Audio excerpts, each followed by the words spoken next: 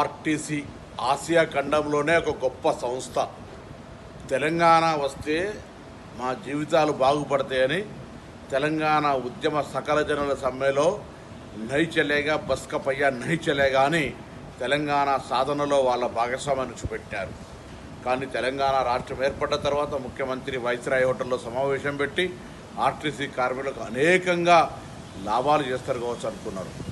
తదుపరి 9 సంవత్సరాల కాలంకు చూస్తే ఆర్టీసీ కార్మికులు ముక్కుకు భూమికి రాయాల్సిన పరిస్థితి ఏర్పడ్డది. ఆర్టీసీ నిర్వీర్యం అయిపోయింది. ఈ ప్రభుత్వం ఇచ్చిన హామీలు, నేను కొత్తగా ఏం కూడా అడుగుతలేం, ప్రభుత్వం ఇచ్చిన హామీలు ఆర్టీసీ కార్మికులకు నెరవేర్చమని డిమాండ్ చేస్తూ ఉన్నాం. లేనట్టయితే ఆర్టీసీ కార్మికులారా, తెలంగాణ ఉద్యమకారుడిగా మీకు చెప్తా ఉన్నాం, ఇలా తెలంగాణ సాధనలో మీ పాత్ర మర్చిపోయేటువంటి వాడు మూర్ఖుడు, శవాల మీద పేలాలు వేరుకుంటున్నటువంటి వాళ్ళే.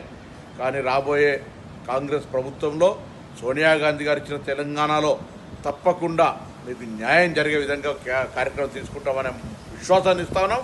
దయచేసి నేను ముఖ్యమంత్రిని డిమాండ్ చేస్తున్నాం, ఆర్టీసీని నిలబెట్టడానికి ఇది ఒక లైఫ్ లైన్, ప్రజా సామాన్యులకు రవాణా వ్యవస్థ. ఇది మీరేమో పూర్తిగా సంస్థను నిర్వీర్యం చేసినటువంటి సందర్భంగా దాన్ని తిరిగి పైకి తీసుకురావడానికి ఆసియా ఖండంలోనే కాదు, ఆర్టీసీ మనం నెంబర్ 1 ఉండే విధంగా ప్రయత్నాలు